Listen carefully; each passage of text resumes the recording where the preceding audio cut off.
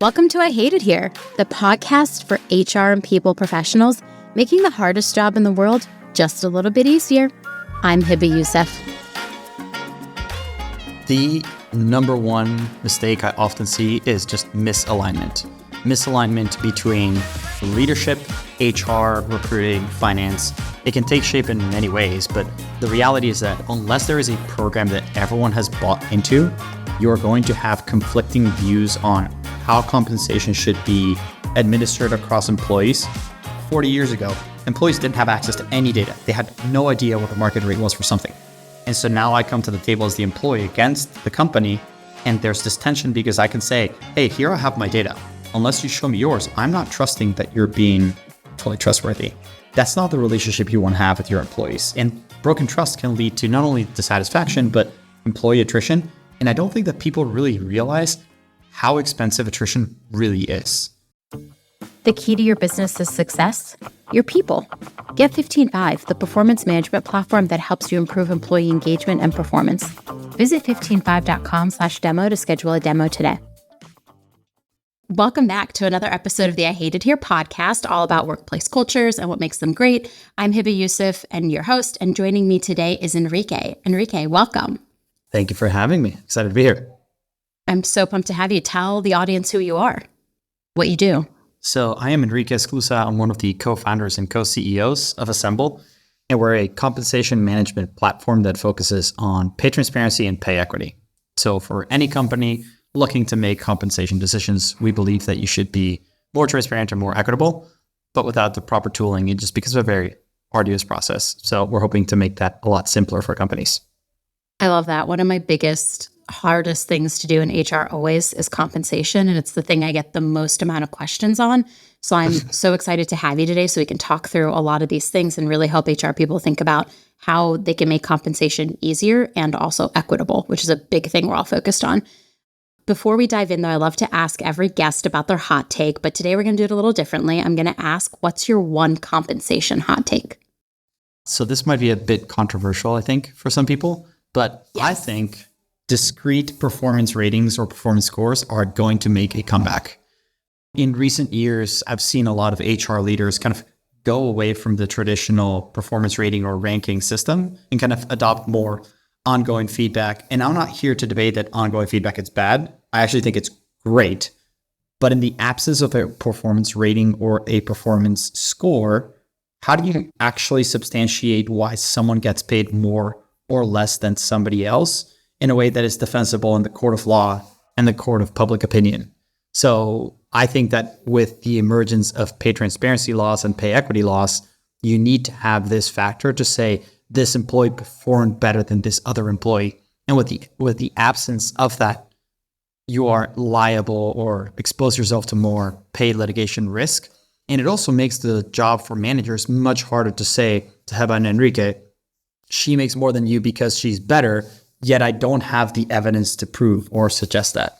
So I think we'll be seeing a comeback of performance ratings and scores.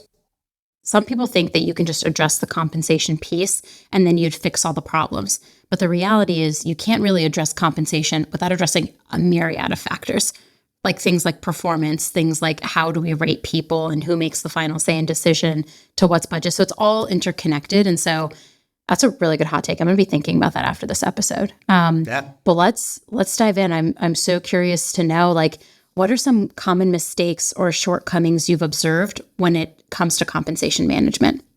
So maybe just a very quick background into how I came across compensation first, and then I'll touch on your answer.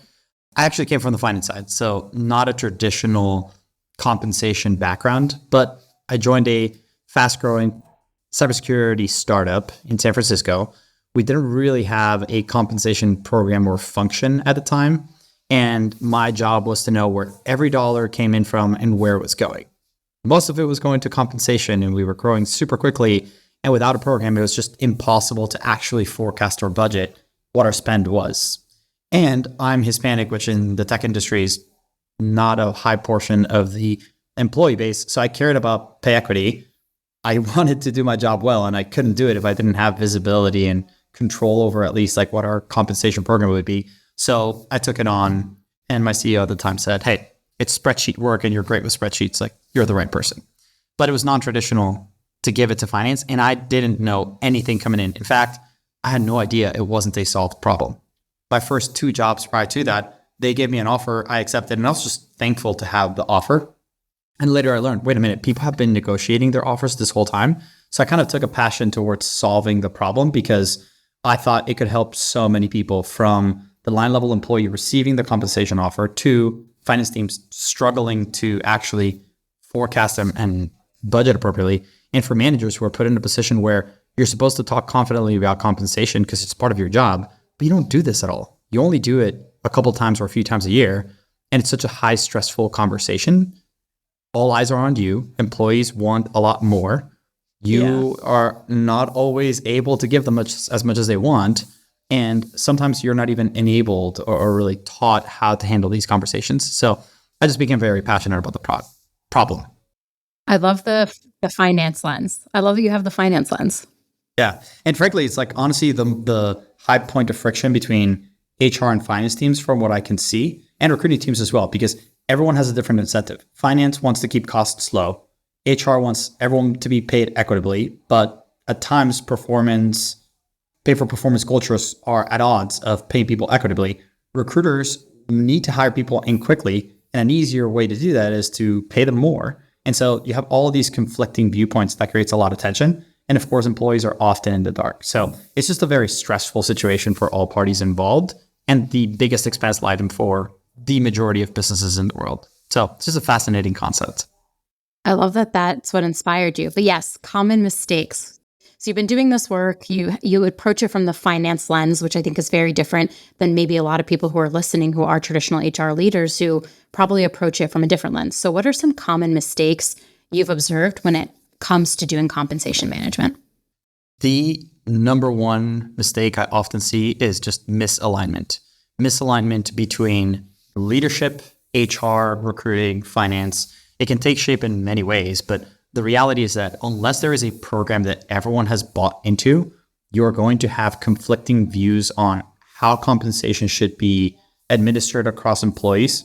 Again, going back to my example, you might have a recruiter saying, we need to pay this candidate more in order to close them, because their incentive is to close candidates, bring them in so that they can move on to the next hire. And I understand the motivation behind it. A manager will probably subscribe to the same, whereas finance will say, no, we don't have the budget for that role. We want to keep it at X dollars or X shares. And so that's a problem.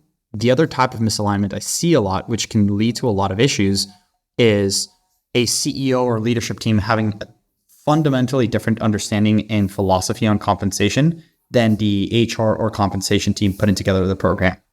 We've seen this a lot where you might have a CEO that says, I want to pay exactly what the market data says, and the HR team fundamentally does not believe in that and actually believes in building a program that's informed by data but not dictated by it. All of a sudden, when it comes to the CEO approval and CEO asks for the market data, sees a data point that's different than what's being offered, you have this collision or this tension. So that's often the root source of a lot of the issues that I see both at the hiring front and also down the line. It's certainly not the only problem, but I would say it's like certainly the most painful one, and one that if you don't address it up front, you're dealing with a lot of issues at a time that's really hard. Imagine you find Hebba, an amazing candidate. You haven't aligned on compensation, and now all of a sudden there's friction, there's stress, and I as the manager or the recruiter, I need to have you. But because we didn't align on compensation early on, I am going to use my political capital to break through whatever the compensation program is because I need to have you. Had this been sorted before I even set out to hire you, we wouldn't be in this position where now you have conflict between, say, the hiring manager and the HR people team or the finance team, whomever is in charge of budgeting for the role. Oh, I have been there so many times that honestly, you were describing that and I just had like PTSD flashbacks to all the times this has happened to me. But it's pretty tough when the alignment isn't there. Also, like people's understanding of compensation. I think if you're not in finance and you're not in HR, I don't think people fully comprehend what compensation is, either from like base comp to total comp. And then managers start interjecting like their feelings into it. Like, well, I really liked the candidate, so I want to give them 10K more. And it's like, no, that's literally not how this works. That's not how you build a fair and equitable system. We have to understand the motivations and also the visibility people have. A manager might be doing a decision that is locally perfect, meaning for their team, there are no problems.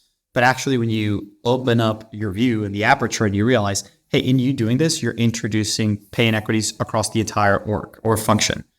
And you don't have purview into that or visibility into it. So you're not necessarily at fault here, but I can't actually allow for this decision. That extra 10K actually makes it so that it's only white men who are at the top end of our band, and everybody else who's not a white man is actually at the bottom. I can't do that. We need to have more fair and consistent practices.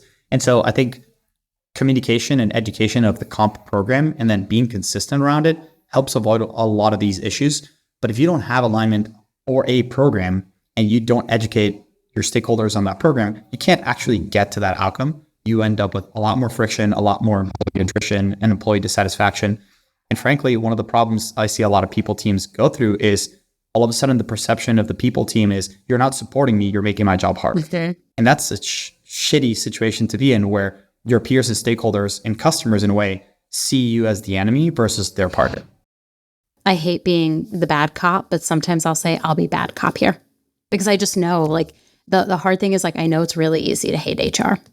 It's easy to say, like, you're the people who enforce the policies, like, you're the bad cop, you care about the organization. I think it's easy to fall into that role when hard decisions have to be made. But you're right, it just causes a lot of friction. And then I have managers who don't believe that I have their best interest at heart. But the hard part is, like, I have to care about the whole organization, and introducing a tiny bit of pay inequity over years will build and build and build and build. And suddenly we're looking at 100 to 200 to 500K to fix the pay inequity we have internally. And you don't have budget for that oftentimes. So no, I literally do not. Impossible switch. Yeah. I wish. You said something that I thought was really interesting about how compensation was like a spreadsheet thing, and you're a spreadsheet guy. But that is how I feel like traditional compensation management has been done, just in spreadsheets. So how has that hindered organization and companies' abilities in terms of attracting and retaining top talent, if we're just living in these spreadsheets and we're potentially not looking holistically at the organization? So I'll start by saying why spreadsheets are good and then why they're bad. And I love spreadsheets, to be clear. Yeah, I am the biggest fan. It's how I built the early part of my career, so I can't say they're the worst. What I will say is that spreadsheets are great when you're building something quickly and you need full control over it. So a fast analysis, kind of something that's specifically molded to that situation, that scenario. But it's not something that can scale, or frankly, like, spreadsheets are notoriously bad for collaborating. They take a lot of time to build and get it right. And you don't have the audit or access controls that you would want so that you can actually share these spreadsheets with people. What a lot of companies end up doing is saying, I built this perfect template. I am going to manually fill it out for every manager or recruiter, and then I'm going to send it out to them and share it with them. But then if you have to make an update to it, all of a sudden you may have to make it dozens of times because there are dozens of spreadsheets you've shared across the org.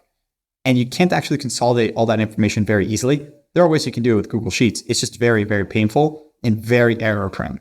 And where you're dealing with the main source of an employee's livelihood, they don't want to know that this is how you're making those decisions. And frankly, I've met a lot of people leaders who have so much on their plate that spending hours, days, or weeks managing spreadsheets is not the best use of their time.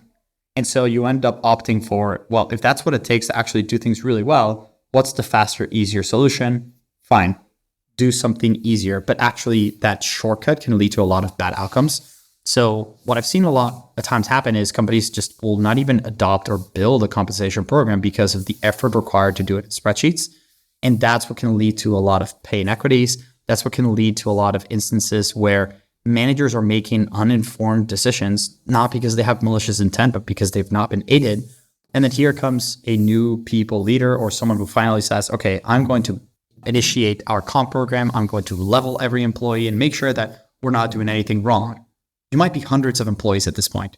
And like you said, 100, 200, 500 or more $1,000 to correct pay inequities, and you don't have the budget for it. So you've done the work and you realize you have broken bones in your body and there's nothing you can do about it. That's a really bad outcome to be in. And so what I would say is, from the traditional compensation perspective of running things in spreadsheets, it only works when you're small enough where you can actually do things in paper and pen easily. The moment that you actually don't know all of the people, where you are involving other stakeholders in the process and you're not the sole decision maker, spreadsheets won't scale and they will break. you're under this false illusion that they will, because if you built it, you're so proud of that work. I've been there. And I'm like, this spreadsheet is fucking perfect. It has everything you need, et cetera, et cetera. But then there's also the problem of, well, what if I leave? Nobody knows the ins and outs of that spreadsheet. No one ever will the way that I know it. No one will know how to make any changes to it.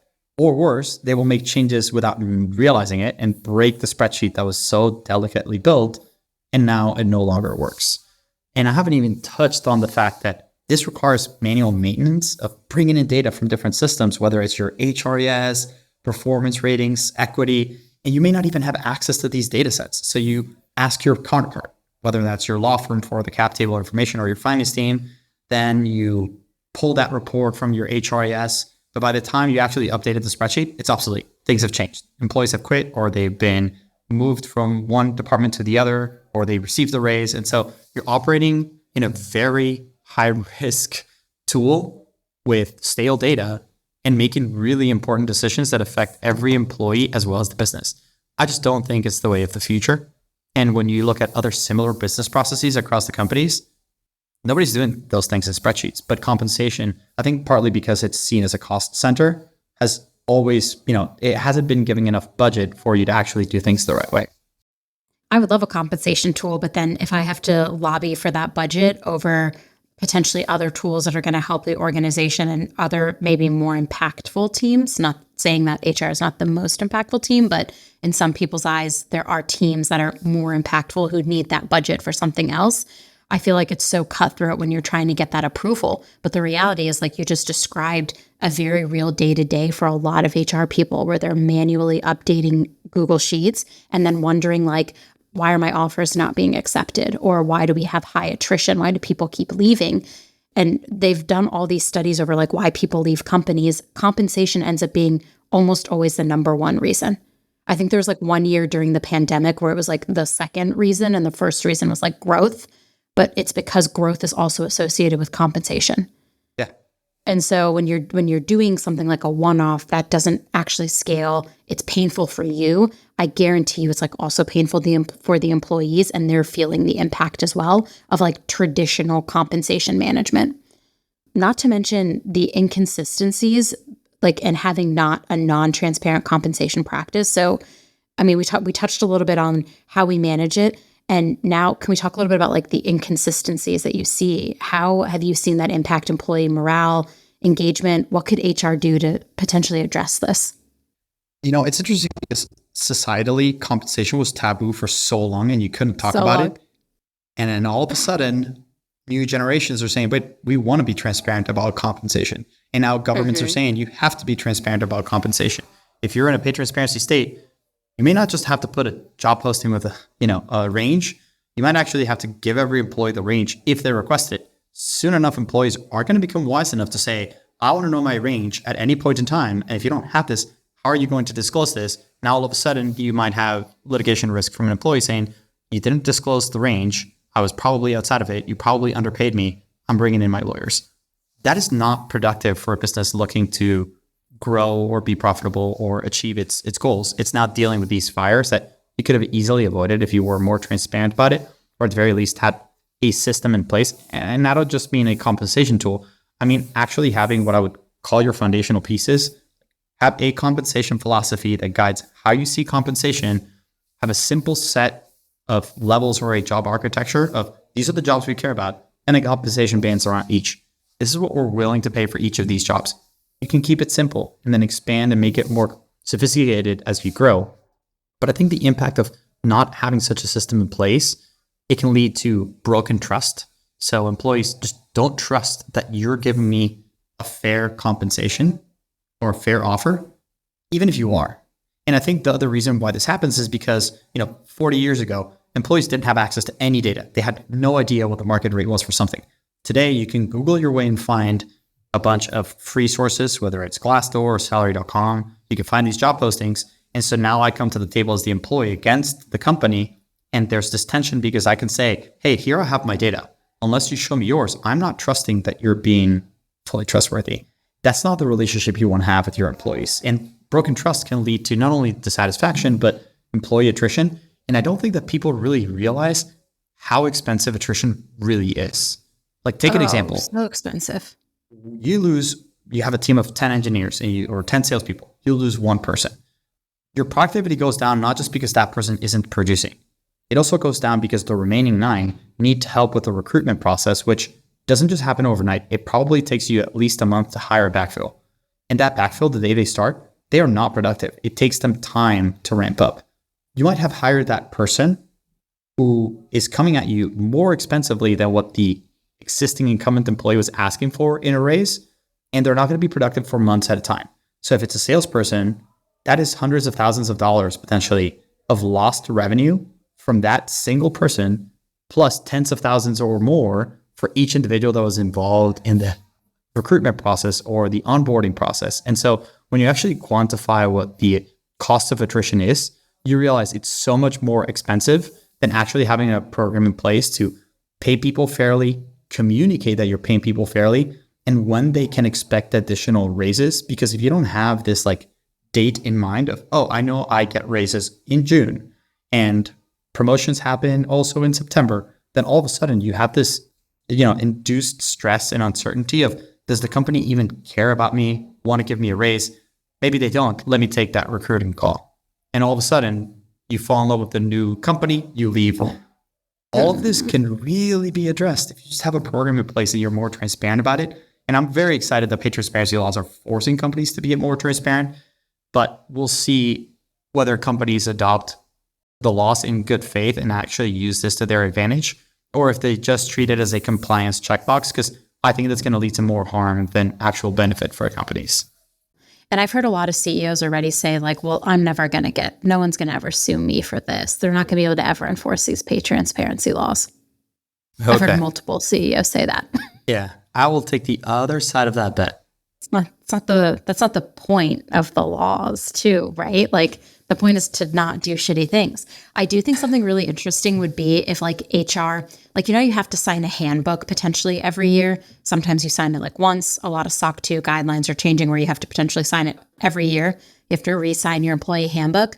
I almost wish there was like a compensation philosophy piece where it's like every year the employee just like signs like, I understand that my comp will be reviewed at least once a year and I can expect an adjustment if I'm eligible for it once a year. Like just setting the guidelines at the very front or even putting it in your employee handbook, because the trust issue is very real and like HR already is not trusted by the average person. So if I ran up to the average person on the street and said, do you trust your HR team? I bet the average person would say no.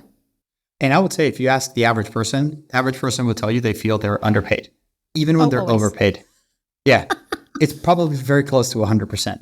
And I think a lot of times it's because they just don't know any better. They don't know the system. They don't know when raises occur. They don't realize what level they are in the organization. So of course, I want to feel like I'm underpaid because you always have the belief in yourself that you're worth more. And there's something that's, I think very natural for people to feel of, I'm delivering so much value because I only have my own perspective and I'm not paid enough to do this thing. Even if you're actually paid way too much for that thing you're doing at work. If I had $1 for every time an employee told me they felt like they were underpaid, I would not need to be working anymore. Like everyone thinks they're underpaid. I could just retire. But it's interesting because there's this like that misconception. And then you see employees like make decisions based on their pay and that they want to leave. But also I think like for so long, there's been this like shame associated with talking about money. Yeah. And HR has almost benefited from that like cultural taboo that we don't talk about money. And it's an uncomfortable thing to tell your friends how much money you make. But I keep telling people, like, I will ask all my friends how much money they make. I will ask anybody. And I have no shame about it because then I can either say, hey, I think you're a little bit underpaid as somebody who sees a lot of data, or as their friend, then I have comprehension for like what my role would command in the market. Totally. And that's like I talk to HR leaders all the time, like, well, how much is your pay? Well, what level are you at? Like, let's talk about it. And then I share my pay as well openly because I'm like, I have nothing to lose. And I'm helping HR people understand that if we demystify this and get more comfortable talking about pay, it only benefits us in the long haul. Yeah, I agree. The one thing I would caveat there, or not necessarily caveat, but encourage people to consider is it isn't just salary. You should consider everything else, because I've seen many times where people have said, I got a $10,000 raise, so I'm going to that company. And I'm like, okay, but what about commissions or bonuses, benefits, equity? And then you realize after the fact, oh shit, they actually left tens of thousands per year at this past company for a $10,000 raise. And when you actually consider, you're like, well, you're actually paying so much more for your healthcare benefits that $10,000 after tax and after the benefits you're paying to just be equal, it's actually more like $2,000 a year, which is literally less than $200 a month. Like, is that really big enough reason for you to leave the company that hopefully you loved and were really inspired in because you had the illusion of $10,000 more as a salary was enough to make up for? And it actually isn't a lot of times. It isn't. A lot of times companies do underpay and it's not a $10,000 gap. It's actually like $50,000. And especially if you include other forms. But I would definitely encourage people to consider the whole package, the total rewards package, not just salary. Ready to lead your team to peak performance? 15Five's comprehensive performance management platform equips HR leaders with the tools they need to navigate the sometimes rugged terrain of performance management. From 360 performance reviews to robust goal setting and OKR tracking to ongoing manager-employee feedback tools like weekly one-on-ones and check-ins. With 15Five, you can ensure that employees are performing their best and your business is growing. Visit 15five.com/demo to schedule a demo today. Okay. I really get bugged when people talk about their equity as if it's like you are going to make X amount of money. Like I get bugged when HR teams are like, your equity could be worth millions. And it's like, well, if we look at the data and a company, like less than 2% of companies see an exit, and potentially you have to be there for 4 years to vest all your equity. People forget that too. And they have to exercise it. And there's a bunch of tax laws involved with exercising it. Like, I don't think an average employee truly understands equity. And I think sometimes HR teams are potentially a little misguided when they talk about what the total impact to your compensation is when it comes to equity. I can tell you that personally, I was part of a successful exit at a company called Expanse, and it was transformational.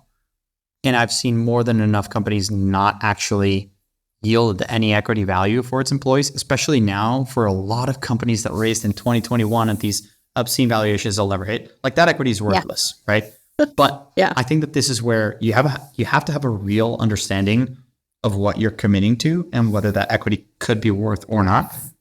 If you are entering one of these very highly valued companies with no revenue, like, your equity is probably not going to be worth a lot. If you are being hired at a publicly traded company where your equity is effectively cash, you can't not assign value to it. It'd be foolish not to. So I think like a true understanding of equity helps you make that better decision. I do think companies, of course, sell the value of their equity package because you kind of have to. If not, you do yourself a disservice and you might miss out on employees who could see a lot of upside. Now, as the employee, you should always consider this a upside play and not what you rely on for your daily life.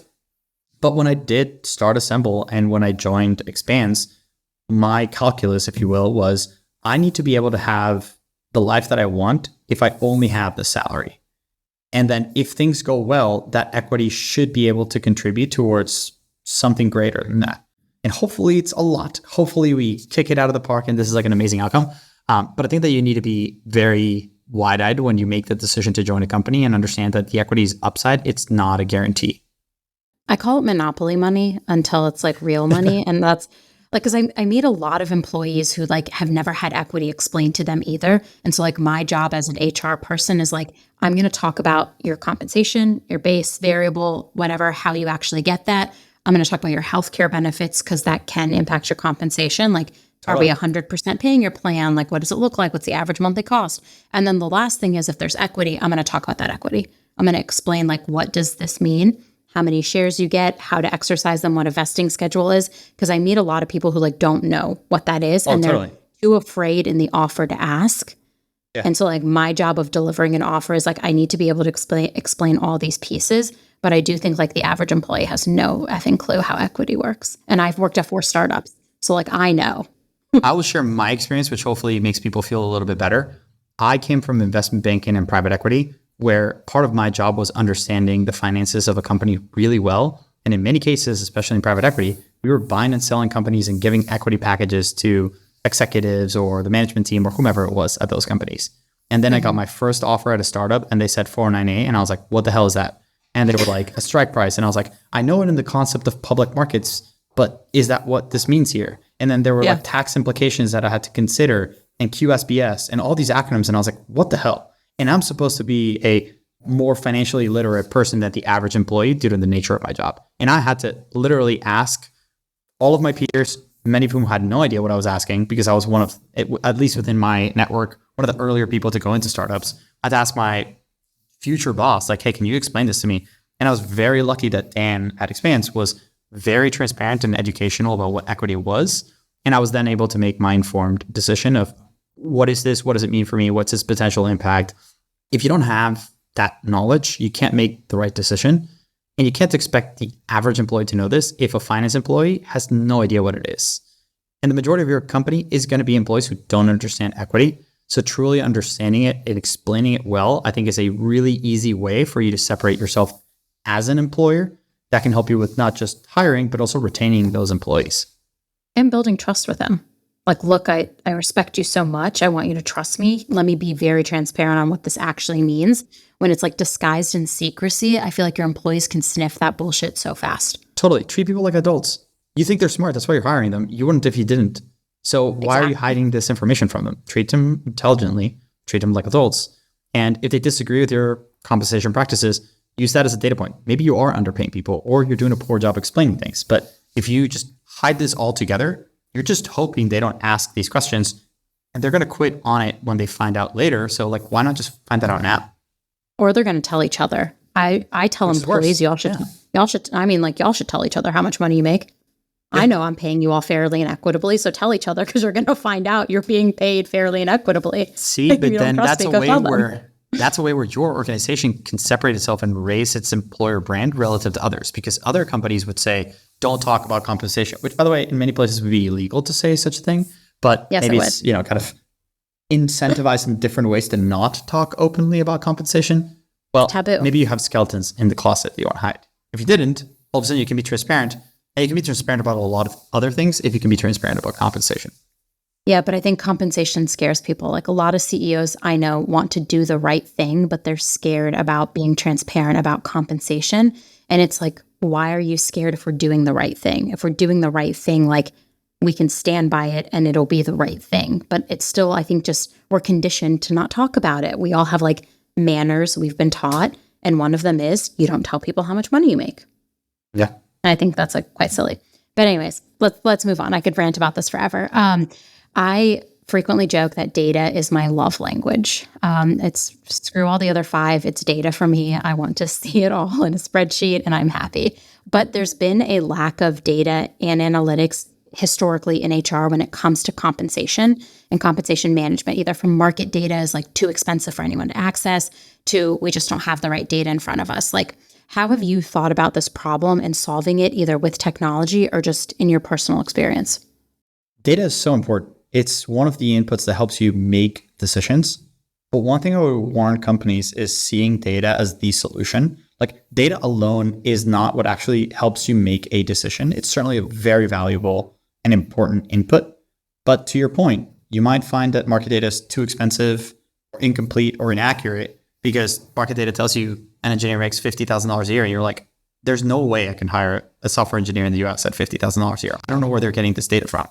And so I think that you need to go in with a sober mind, understanding, hey, no market data set is perfect, but you should still try to find enough market data that helps you build your confidence. And if you can't, then what are you going to do? You're going to have to do something. And so I think being prepared for that potential reality is important. And you do have ample data at times. You may not have that market data set, but you can see job postings from other companies. You may have existing employee compensation data that can inform, hey, on average, what have we been paying? But in a perfect world, you would be able to find a market data set that is affordable for your organization, is accurate and relevant for the roles you're hiring for, in the industry you're hiring for, in the location you're hiring for.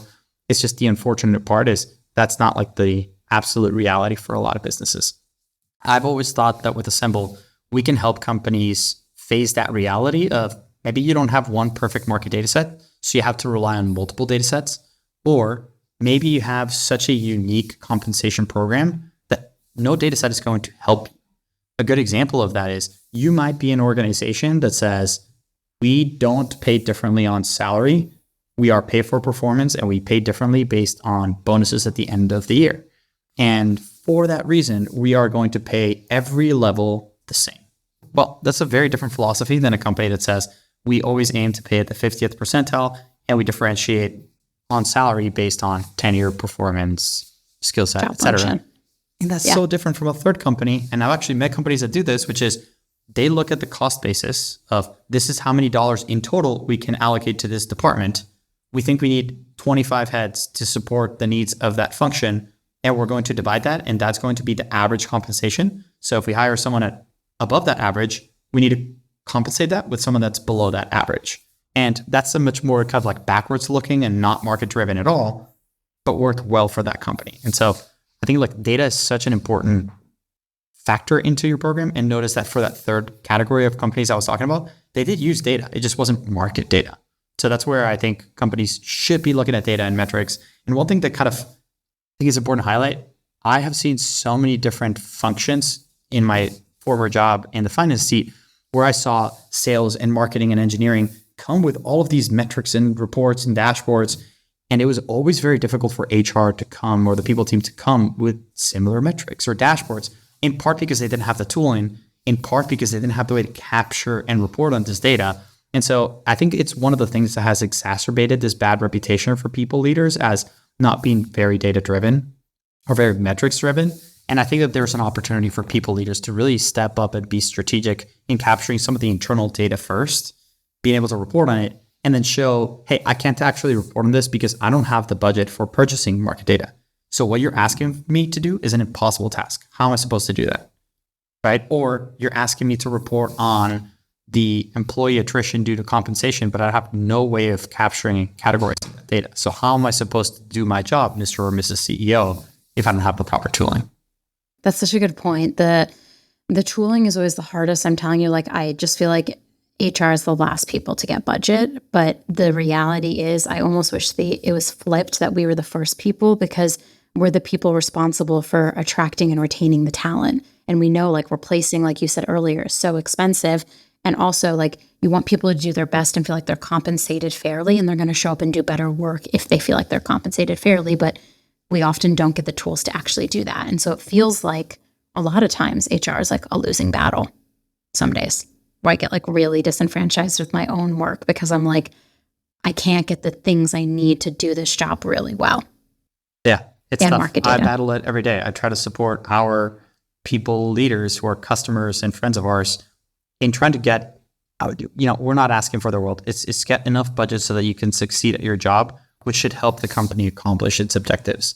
I do think there's obviously a reason why early stage companies struggle more than larger companies, because they'll say, if we don't double sales, there's no team, there's no anything. Yeah, and so I do understand the motivations of smaller, earlier stage companies, but at some point I think that goes away. And so you have to combat that early stage mentality at some point and say, enough is enough. We've reached the size of the organization where this idea of not giving HR budget is not going to be productive. It's going to be counterproductive to what we're hoping to accomplish. It's so silly. Also, market data, my one hot take on market data, I'm just full of hot takes today, is that it's like a moment in time capture. So like sometimes you're looking at market data that is like 6 months old to a year, but you're trying to build your compensation bands off of something that isn't relevant anymore. And we've seen the world like in the last year and a half, like inflation all-time high, cost of living all-time high. And so, but you're looking at data that benchmark all of that or took all that into consideration from a year ago to make your current bands. So like, how do people navigate that where like market data is always old? I mean, you said it, like data isn't everything, but how else can they navigate that?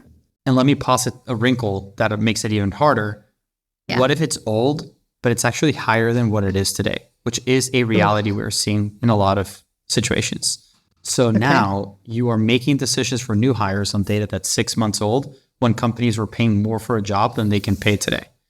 Yeah. That employee that got paid whatever rate you gave them, they're going to expect increases to that. You're never going to decrease their pay. I have yet to meet a company that has been able to successfully tell an employee, hey, we overpaid you, so we're going to lower your pay, but don't worry and don't leave the company. It's because it's what's going to be fair and equitable to everyone else. What's more likely to happen is the company will do nothing and hope for the best, or will pay everybody else to match that new employee, which is just super costly for the company. So market data, I think, is very important, but I don't think it's the panacea. I've even written about it. I think it should inform decisions, but it shouldn't dictate it because it's not perfect. And it's not a perfect predictor of what market data will be in 6 months or a year, which is the next time you're going to change somebody's compensation.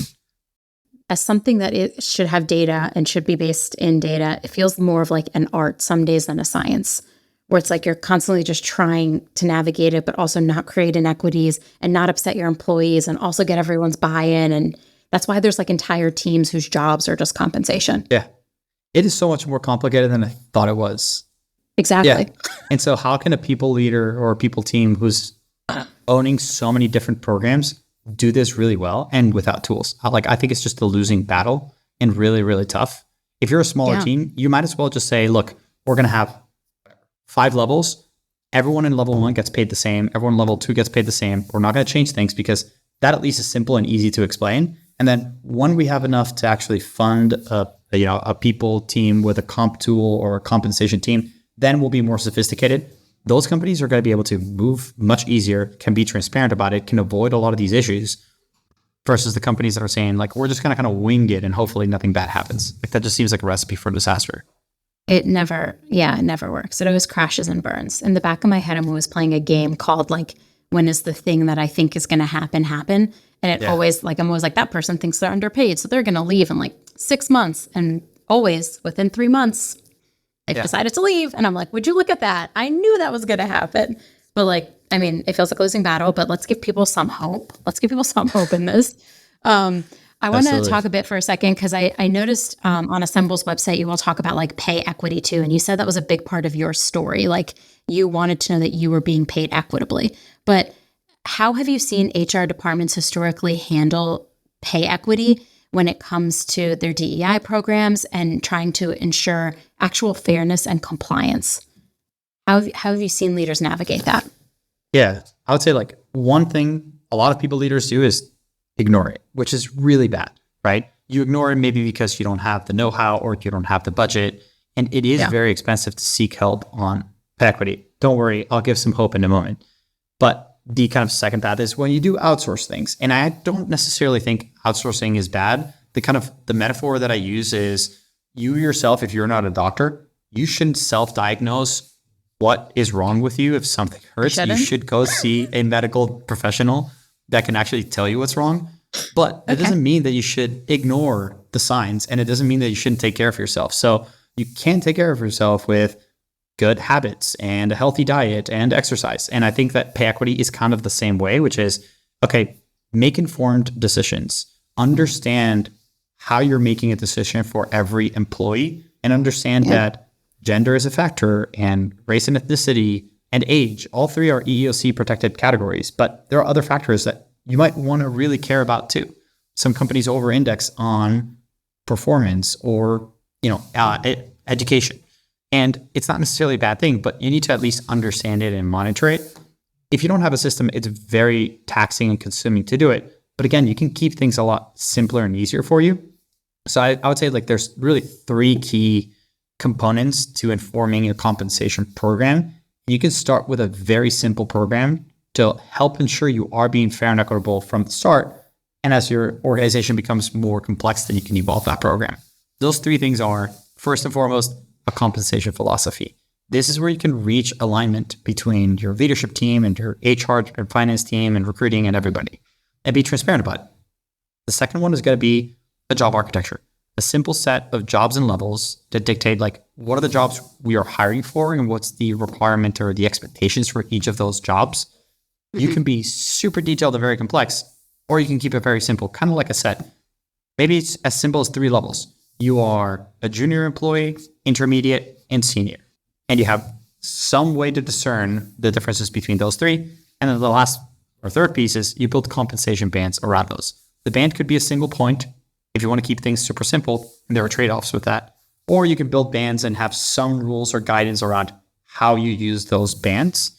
You can be formulaic, you can be a bit more discretionary, but if you have those 3 components, a comp philosophy, a job architecture, and comp bands, and use those for making your decisions, you will avoid a lot of the pay inequities that become prohibitively expensive for you to fix down the line. Because you'll know, I am going to level an employee, I am going to pay them within the range, and if there is some discretion, I need to be able to substantiate why someone is on the lower end or on the higher end of that range. And if you document that, all of a sudden you can avoid a lot of the pain that you go through in the future. When it comes down to that pay equity study, you're like, I have all the data, I've made decisions the right way. It should be a simple pass versus a very costly diagnosis that leads to a lot of pain. Yeah, that's such a good point. I love those 3 simple steps that definitely listeners are walking away with a lot today. You're giving them a lot of good advice. It's just fascinating because there's like so much data too about like how recently the data set came out that was like women actually negotiate more than men in offers. They're just not given the pay. And a lot of people are like, what do you think about that? Like, is that true? And I'm like, yeah, like sometimes HR is making this decision in a vacuum and we don't have the right things in place. We don't have those pay bands. We don't have that job architecture. And we just say, sure, we'll give this man more. Yeah. And we've seen like, we're not going to close the pay equity gap for like another 140 some years. And it's even longer for women of color. And so it's like, we're looking at, I will be dead in my grave for a long time decomposing before women are making the same amount of men for the same work. And there's a lot that can be done on the HR side. I just like did a whole panel on this where I was like, we as HR can actually fix this problem. We just have to have our structure, our system in place. And when someone comes to you and says, make an exception, you have to feel comfortable saying no, full stop. And here's why we are not making this exception. Yeah. But I think the no is really hard because a lot of HR people, leaders even, don't feel empowered to say no. Totally. So, it's interesting. In building Assemble, I've had to learn about a bunch of the different functions. Sales, for example, at least on the enterprise sales side, one of the best practices you can have is actually have a sales process with discovery questions and specific steps you take. Don't skip them because you're either going to lose the deal or you are going to have an unhappy customer that will churn, and that's, kind of counterproductive for you in the long term. Very similarly, when it comes to compensation decisions, have a program or a structure and follow it. And that's going to lead you to having the right people and having them for longer. One of the most frustrating things I saw in my last company, and I hope to avoid as much as possible at Assemble, is hiring someone who leaves early.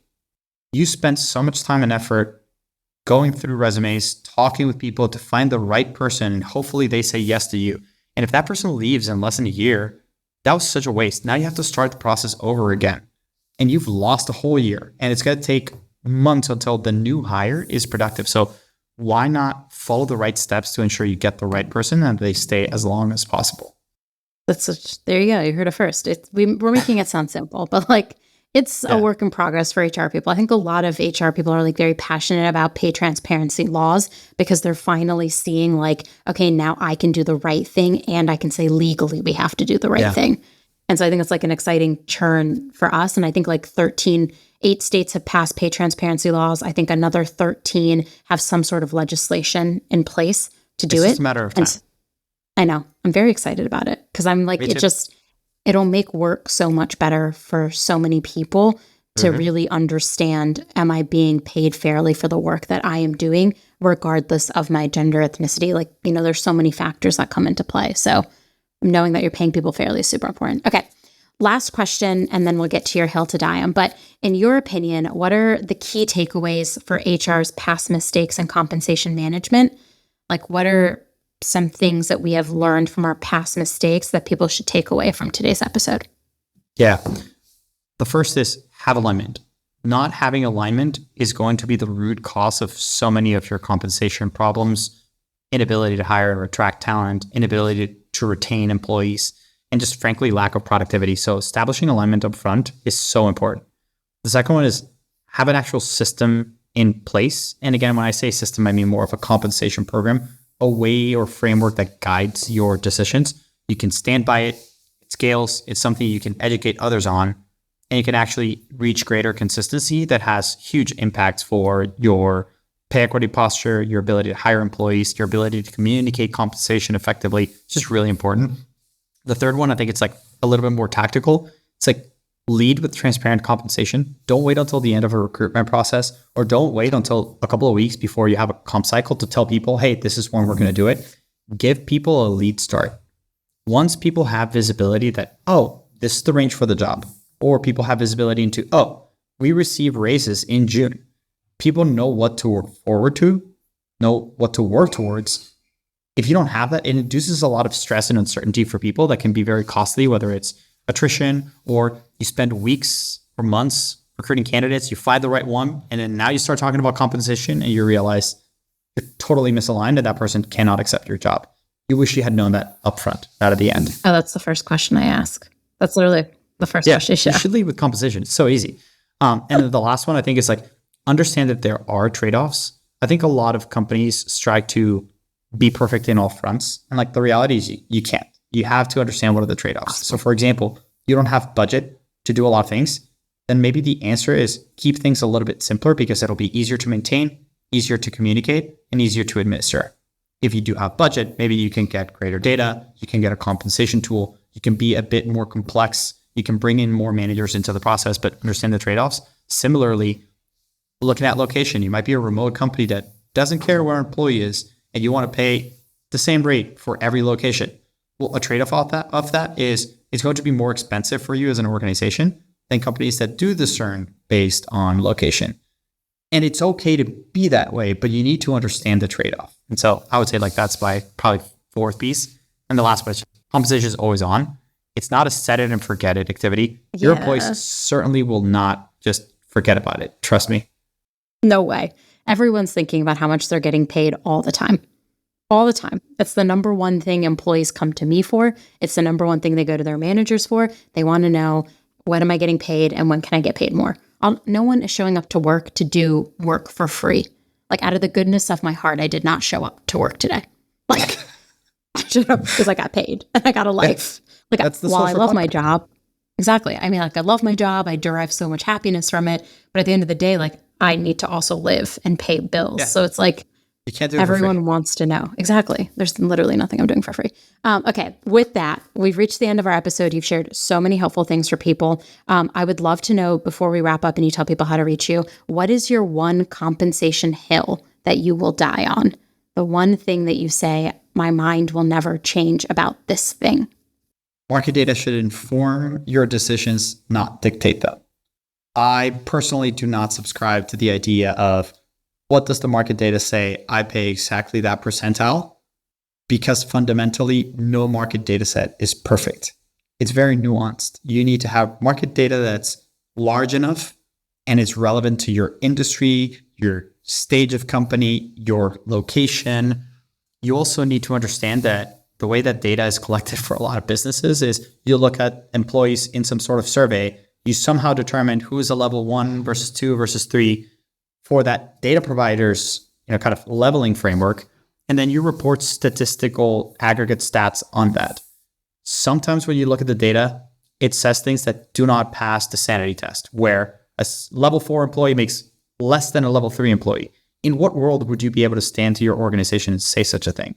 Or you'll look at the size of the bands and they're completely irregular. And so I think data is really important, but unless we are able to create a universal and perfect data set for every single employee in the world that's somehow perfectly normalized, data should be taken with a grain of salt and it should inform decisions, but not dictate them. And I'm willing to die on that hill. Love it. Same, honestly. I hate market data some days. I'm like, this makes no sense. I want to know how you collected this data. That's like the first thing I want to know. I'm like, how is this being reported? How are we standardizing it? And they'll never tell you.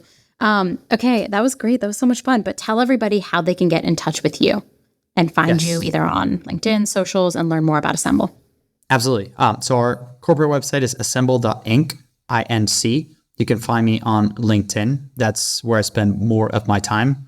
I spend as much time on X or Twitter as perhaps other startup CEOs do. And if you have any questions, you can definitely reach out to me personally on LinkedIn, or you can reach out to us at assemble.inc. There are ways where you can reach out to us. info@assemble.inc is the easiest way to get a hold of the whole company. And I'm an open book. Frankly, if people have questions on compensation, I talk to people all the time, even when they're not a good fit for the product we've built, due to stage, size, whatever it might be. But if I can be helpful to them, it supports our mission. So I'm happy to always spend that time to be helpful. I love that. Thank you so much for joining me today. I loved our conversation from our first one about compensation to this one. We are very aligned. You have a lot of really good hot takes. And I think HR people have the potential to really fix compensation problems we're seeing. I think so too. Thank you so much. Absolutely. Thanks for tuning in. Keep up with all the latest HR resources by subscribing on Apple, Spotify, Google, or wherever you listen. And if you love I Hate It Here, tell an HR friend. I'll see you next time.